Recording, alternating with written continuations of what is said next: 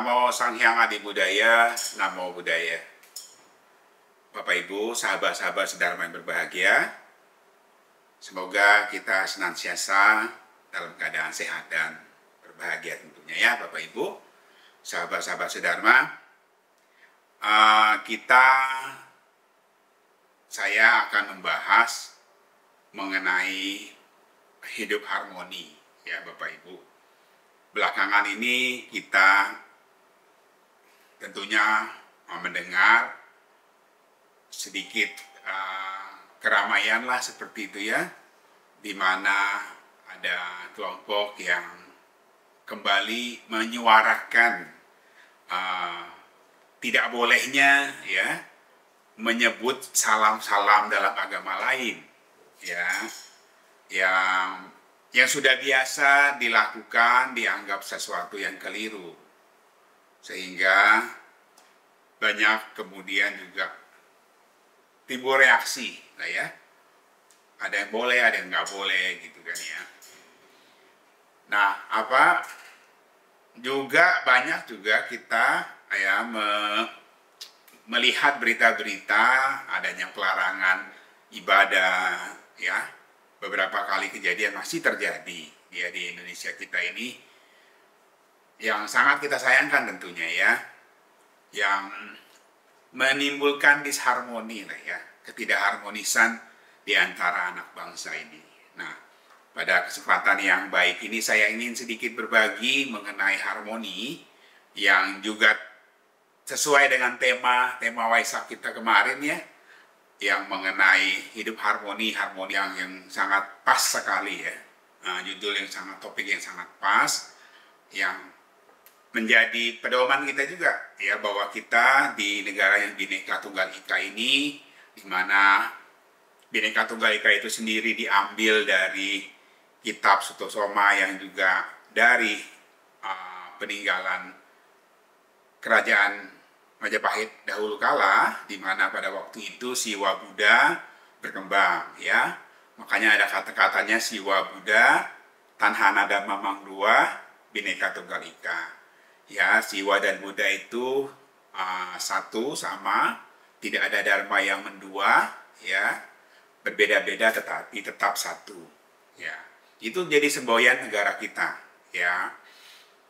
Ini tentu harus kita sama-sama rawat ya, sama-sama jaga ya, kebinekaan kita ini, Bhinneka Tunggal Ika ini harus menjadi ruhnya bangsa Indonesia ini.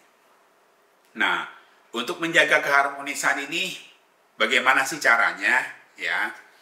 Buddha pernah mengajarkan kepada kita beberapa contoh lah ya. Buddha pernah satu ketika di zaman dulu itu ada pertapa bernama Upali. Upali ini biku yang terkenal ya, tapi sini cerita sebelum Upali menjadi biku. Beliau adalah murid dari salah satu guru ternama di India pada waktu itu. Kemudian karena Upali ini sangat pandai, pintar berdebat juga begitu ya, akhirnya Upali datang ke Buddha Gautama untuk berdebat ya. Kemudian terjadilah perdebatan yang panjang lebar gitu ya, bincang-bincang, berdiskusi dharma seperti itu, dan akhirnya Upali mengakui bahwa ternyata Buddha jauh lebih bijak dari beliau ya, sehingga akhirnya Upali ingin menjadi siswa dari Buddha.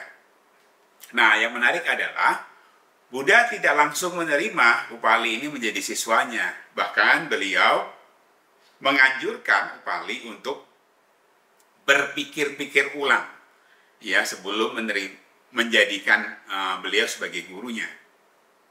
Ya karena memang tekad Upali waktu itu sudah sangat kuat, beliau meminta lagi untuk kedua kalinya. Buddha sama mengatakan pikir-pikir dulu, dan akhirnya untuk ketiga kalinya Upali menyatakan ingin menjadi murid siswanya Buddha. Akhirnya Buddha menerima dengan syarat. Nah, ini yang menarik adalah ini, Bapak Ibu, sahabat-sahabat sedharma, Buddha memberikan syarat kepada Upali. Apa itu syaratnya? Bahwa yang pertama, Upali tidak boleh menjelek-jelekan ajarannya terdahulu. Yang kedua, tetap harus menghormati dan mendukung gurunya terdahulu. Ini menarik Bapak Ibu teman-teman, bahwa Buddha mengajarkan kepada kita caranya untuk kita menghormati guru-guru kita terdahulu, ya. Jadi bukannya kita berpindah keyakinan, kemudian akhirnya malah menjelek-jelekan ajaran kita terdahulu. Bukan dengan cara seperti itu. Itu bukan cara yang baik, ya.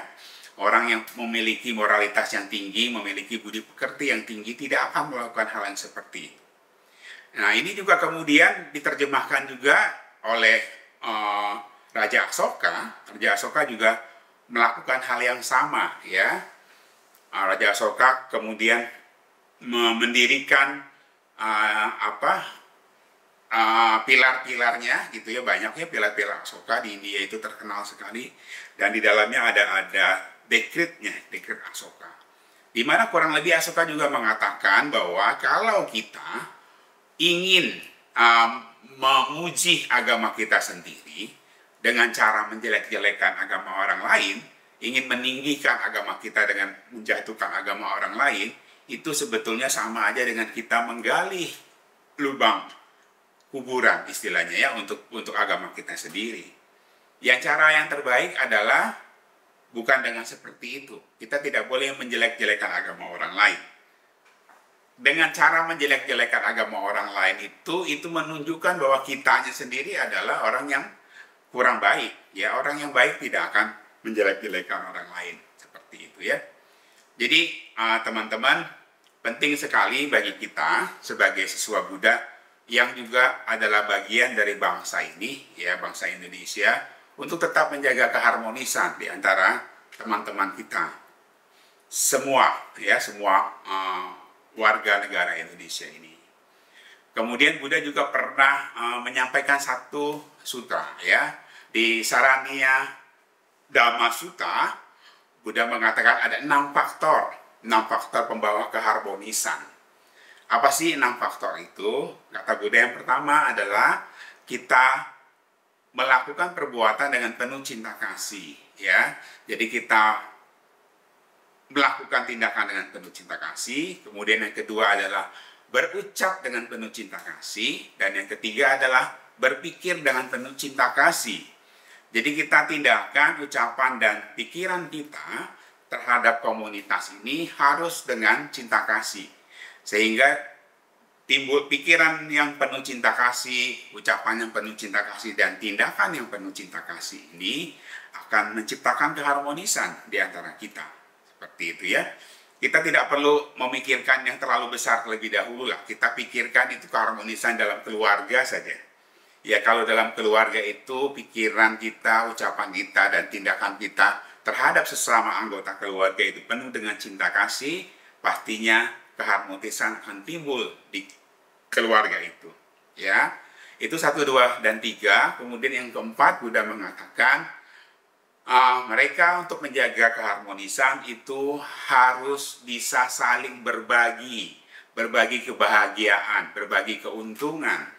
Jadi kalau salah satu anggota komunitas itu atau anggota keluarga itu memiliki keuntungan, mendapatkan kebahagiaan, dia harus berbagi dengan teman-teman yang lain, dengan keluarganya yang lain, gitu, ya, dengan komunitasnya, sehingga ini menimbulkan kebahagiaan juga bagi yang lain, ya, sehingga dengan banyaknya kebahagiaan itu akan memunculkan keharmonisan. Kemudian yang kelima, kata Buddha, memiliki moralitas yang baik, ya, sila. Kita mengenal moralitas sila, ya. Sila ini penting, ya, untuk bisa dijalankan oleh kita sehari-hari. Kenapa orang yang memiliki moralitas sila ini membuat kehidupan komunitasnya menjadi harmonis? Karena kalau kita tinggal di lingkungan di mana lingkungan itu orang-orang yang menjaga moralitas dan dengan baik, maka kita akan merasa aman di situ, ya. Kalau kita tinggal di tempat di mana di tempat itu sering terjadi pencurian, misalnya sering terjadi kekerasan, sering terjadi pelecehan dan lain sebagainya, pastinya kita tidak akan nyaman tinggal di lingkungan itu, ya. Sama seperti itu, kalau kitanya menjaga sila dengan baik, kita tidak melakukan kekerasan terhadap orang lain, kita tidak mengambil hak milik orang lain, mencuri barang orang lain, gitu ya. Kita tidak mengganggu keluarga orang lain, anak istri atau suami orang lain. Kita tidak berbohong, gitu ya. Ucapan kita selalu ucapan yang baik, gitu. Kemudian kita tidak bermabuk-mabukan atau mengkonsumsi minuman atau makanan yang bisa menyebabkan lemahnya kesadaran Pancasila yang kita jadikan latihan kehidupan kita sehari-hari sebagai rumah tangga itu, maka kita akan menjadi orang yang dipercaya. Siapapun yang dekat dengan kita itu akan merasa nyaman. Kalau orang tahu kita itu orang yang baik, tidak kasar orang lain, tidak pernah mengganggu anak istri orang lain, tidak pernah mencuri, tidak pernah berbohong, pasti mereka akan nyaman bersama-sama dengan kita, ya. Jadi kalau satu komunitas itu semuanya menjaga moralitas dengan baik, maka komunitas itu akan menjadi harmonis, ya. Kalau ada 1-2 orang yang kemudian melakukan hal-hal yang kurang baik, silanya tidak dijaga, mengganggu anak istri orang lain, mencuri barang orang lain, pasti komunitas itu akan menjadi terganggu, ya. Keharmonisan di situ pasti akan menjadi tidak seharmonis dulu lagi, pasti akan rusak seperti itu, ya. Jadi penting untuk menjaga sila moralitas. Dan yang terakhir kata Buddha adalah tidak mempertentangkan pandangan. Ya, ini ada 2 versi terjemahan, ya. Ada yang menerjemahkannya sebagai memiliki pandangan yang sama, tapi ada juga yang menerjemahkan sebagai tidak mempertentangkan pandangan. Ya, dua terjemahan ini ya baiklah, dua-duanya baik, ya. Tapi saya lebih tertarik dengan yang terjemahan yang kedua, yaitu tidak mempertentangkan pandangan. Ya, jadi di antara kita itu pasti banyak, ya, yang memiliki pandangan-pandangan tertentu, ya. Lalu mempertentangkan pandangan kita, ya, sehingga bibit-bibit perpecahan itu tidak muncul, ya, tidak terjadi disharmoni di komunitas itu. Ya, jadi 6 cara ini Bapak Ibu yang diajarkan Buddha untuk kita bisa membina komunitas itu menjadi komunitas yang harmoni, ya, yang baik, harmonis seperti itu.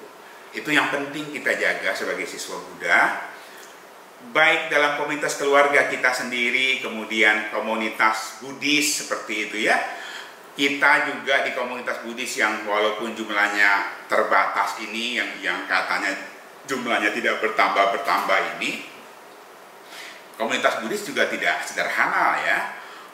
Makin hari kita melihat makin banyak majelis yang terbentuk.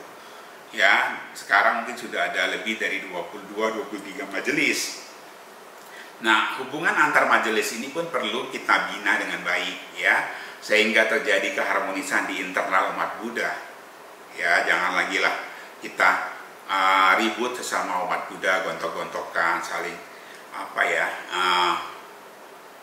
tidak harmoni satu dengan lain, ya.